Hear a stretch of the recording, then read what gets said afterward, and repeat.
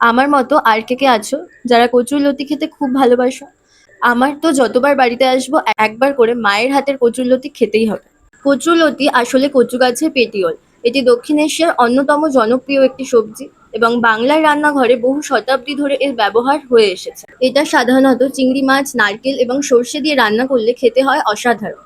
কচু অ্যারাকেসি ফ্যামিলির একটি প্ল্যান্ট। এর সায়েন্টিফিক নেম কোলোকেসিয়া এসকুলেন্টা।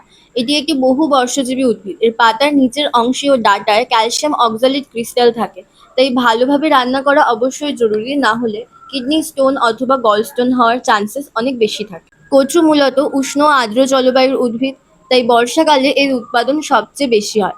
ভারতের পশ্চিমবঙ্গ, আসাম, ওড়িশা, কেরালা এবং বাংলাদেশের প্রায় সব জেলাগুলিতে কচুরলতি খুবই পাওয়া যায়।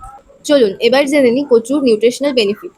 প্রতি ১০০ গ্রাম কচুরলতিতে আমরা পাবো এনার্জি ৩০ থেকে ৪০ কিলো ক্যালোরি, ফাইবার পাবো ৩ থেকে ৪ গ্রাম। এছাড়াও পাবো vitamin A, vitamin C, potassium, magnesium, calcium, অ্যান্টিঅক্সিডেন্টের মতো আরও অনেক কিছু।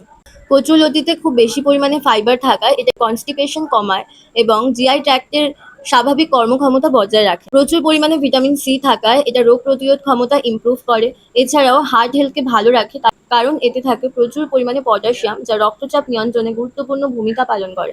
এছাড়া এটা কম ক্যালোরি এবং বেশি ফাইবার থাকার কারণে দীর্ঘক্ষণ পেট ভরা রাখে এবং ওজন নিয়ন্ত্রণে সাহায্য করে। গবেষণায় দেখা গেছে কচু জাতীয় উদ্ভিদে থাকে পলিফেনল ও ফ্ল্যাভোনয়েড জাতীয় কেমিক্যাল, যা শরীরে ইনফ্লেমেশন অর্থাৎ প্রদাহ কমাতে গুরুত্বপূর্ণ ভূমিকা পালন করে।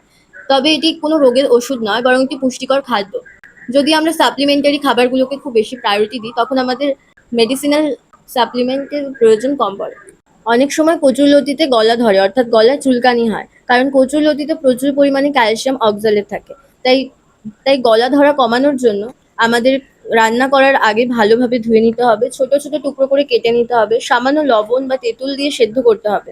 কচুরলতি কাটার আগে যদি হাতে সামান্য সর্ষের তেল মেখে নিই, তাহলে খুব ভালো হয়। এতে হাত চুলকাবে না আর কালো কষও লাগবে না। এরপর যদি লোহার কড়াইয়ের বদলে স্টিল বা নন স্টিকের পাত্র আমরা ব্যবহার করি, তাহলে রান্নার রং খুব সুন্দর থাকবে এবং রান্নার শেষে কাঁচা সর্ষের তেল মিশিয়ে দিলে এর স্বাদ হয়ে যাবে দ্বিগুণ। বর্ষাকালে গ্রামীণ বাংলার অন্যতম জনপ্রিয় একটি সবজি কচুরলতি। বাংলার বহু লোকগানে কচুর শাক ও কচুরলতির উল্লেখ আছে। চিংড়ি মাছের সঙ্গে কচুরলতির যুগলবন্দি বহু বাঙালির প্রিয় খাবার। আমার মতো কচু গাছের পাতা, ডাঁটা, কন্দ সবকিছু খাবার হিসেবে ব্যবহার হয়। সঠিকভাবে রান্না করলে স্বাদ ও পুষ্টিগুণ দুটোই বৃদ্ধি পায়। ইতিহাসবিদদের মতে কচু বিশ্বের অন্যতম প্রাচীন চাষযোগ্য একটি উদ্ভিদ। প্রায় ৭,০০০ থেকে ১০,০০০ বছর আগে দক্ষিণ পূর্ব এশিয়া ও পাপুয়া নিউগিনিতে এর চাষ প্রথম শুরু হয়। পরবর্তীতে ভারত, বাংলাদেশ, শ্রীলঙ্কা এবং আফ্রিকার বিভিন্ন অঞ্চলে এটি ছড়িয়ে পড়ে। তাহলে আমাদের কচু রান্না তো প্রায় শেষের দিকে। খেয়ে বোঝা যাবে টেস্ট কেমন হয়েছে। গ্রামের মাটির ঘ্রাণ, মায়ের হাতের স্বাদ, এক প্লেট কচুরলতি, এতেই লুকিয়ে আছে গ্রাম বাংলার ঐতিহ্য। সবশেষে এটাই বলবো, মাটির কাছাকাছি থাকুন, দেশীয় খাবারকে ভালোবাসুন, কারণ প্রকৃতির সবচেয়ে বড় উপহার লুকিয়ে আছে আমাদের নিজস্ব রান্নাঘরে, মায়ের হাতের রান্নাতে। আজকের ভিডিও এই পর্যন্ত। ভিডিওটি ভালো লাগলে লাইক, কমেন্ট এবং শেয়ার করুন। এরকম আরও ভিডিও পেতে আমার চ্যানেলটি সাবস্ক্রাইব করুন। সবাই ভালো থাকবেন, সুস্থ থাকবেন। থ্যাংক ইউ সবাইকে।